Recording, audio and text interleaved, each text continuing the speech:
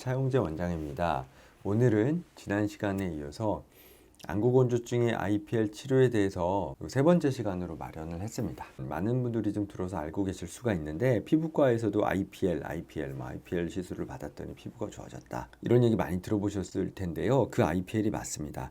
지금 피부과에서 피부 미용으로 사용하던 IPL, 즉 혈관에 문제가 생기고 또 피부 세포의 노화 등등의 치료로 사용하던 IPL 장비를 안구건조증의 치료로 안과 영역에서 사용하고 있는 것입니다. 그래서 IPL 치료를 받아보고 싶다라고 내원하는 분들이 요새 늘고 계신데요. IPL 치료를 받는다고 해서 모든 환자가 좋아지는 것은 꼭 아닐 수도 있으니까 일단 진료를 보셔야 되는 게 맞겠죠. 진료를 보시고 안구건조증이 무엇 때문에 생겼는지, 어떤 종류의 안구건조증인지 또는 안구건조증의 진단이 어떻게 나오는지에 따라서 IPL 치료가 굉장히 효과가 좋은 치료가 될 수도 있죠. 그래서 오늘 그 IPL 치료를 직접 하는 장면을 좀 보여드리고자 합니다. IPL 치료를 받으러 오면서 IPL 치료는 무섭지 않나요? 아프지 않나요? 그래서 제가 그 부분을 좀 설명드리고자 합니다. IPL이라고 하는 건 광선으로 치료하는 건데요.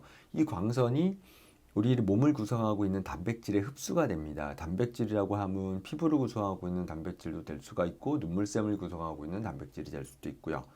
염증을 유발하는 비정상적인 혈관 안에 있는 세포들의 이 광선이 흡수가 되면서 열 에너지가 들어가게 되고요. 그러니까 비정상적으로 흐르는 헤모글로빈을 변형시켜서 비정상 혈관을 정상화시키게 됩니다.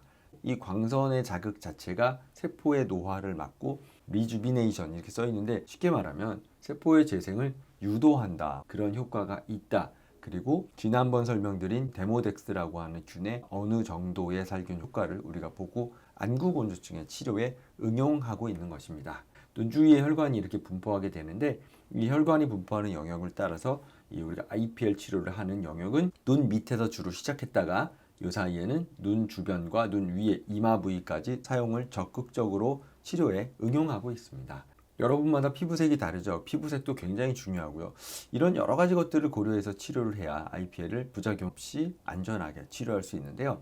여러분들이 IPL 치료를 받을 때 보면 얼굴 부위에 받는 느낌이 나는데 실제로는 아까 말씀드린 대로 눈과 연결된 눈물샘과 연결된 혈관 그리고 눈 주변에 있는 눈물샘 세포들을 자극하는 것인데요. 이렇게 치료를 받으려고 보면 무섭습니다. 내 피부에 부작용은 없어요. 점은 많아지지 않아요. 기미가 심해지진 않아요.